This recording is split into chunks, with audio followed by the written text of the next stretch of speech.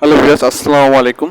তো যারা এইচএসসি 2024 তাদের জন্য খুবই একটি গুরুত্বপূর্ণ আপডেট নিয়ে এসেছে, সেটা হচ্ছে এইচএসসির স্থগিত পরীক্ষার সূচি প্রকাশ।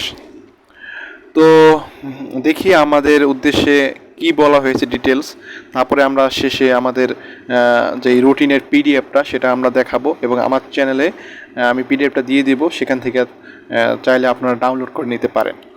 তো এখানে বলা হয়েছে আমাদের উদ্দেশ্যে কিছু গুরুত্বপূর্ণ কথা, যে এইচএসসির স্থগিত পরীক্ষার সূচি প্রকাশ করা হয়েছে আজ বৃহস্পতিবার 1 আগস্ট বিকেলে আন্তঃশিক্ষা বোর্ড সমন্বয়ক কমিটির আহ্বায়ক প্রফেসর মোহাম্মদ আবুল বাশার স্বাক্ষরিত এক আদেশের এই সূচি প্রকাশ করা হয়। তো পরবর্তী এই সূচি অনুযায়ী আগামী 11 আগস্ট থেকে এই পরীক্ষাটা আর কি শুরু হবে। তো এর আগে 3 দফায় এইচএসসি সমমান পরীক্ষা স্থগিত করা হয়েছিল। এর আগে 3 দফায় পরীক্ষাটা স্থগিত করা হয়েছিল।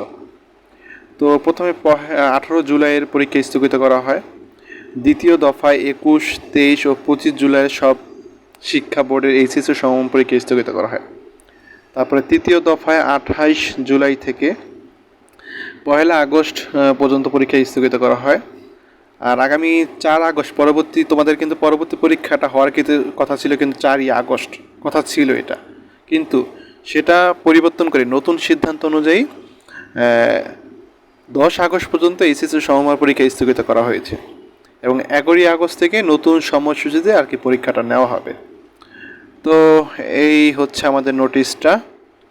তো স্থগিত পরীক্ষার সময়সূচি তো এখান থেকেও তোমরা চাইলে দেখতে পারো, অথবা আমার চ্যানেলে আমি পিডিএফটা দিয়ে দিব, তো সেখান থেকেও যা দরকার সে আর কি ডাউনলোড করে নিতে পারো।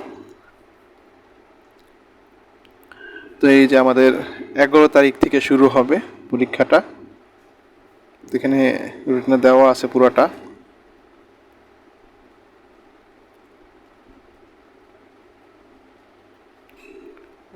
রসায়ন পরীক্ষাটা দিছে 12 তারিখে সোমবার, রসায়ন প্রথম পত্র।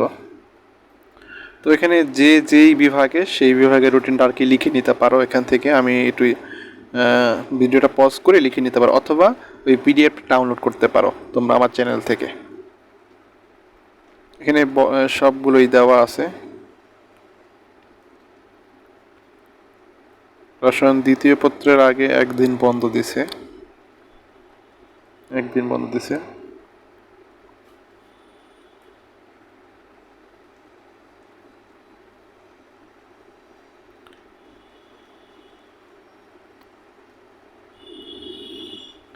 তো এই ছিল আমাদের এই রুটিনটা।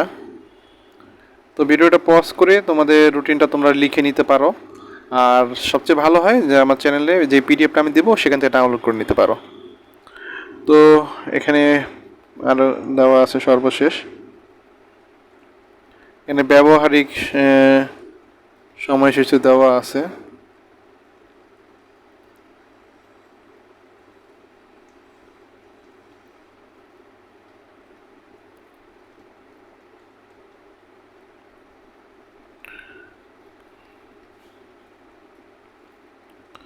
তো এই ছিল আজকের আপডেটটা। ঠিক আছে, সবাই ভালো থাকবে। আসসালামু আলাইকুম।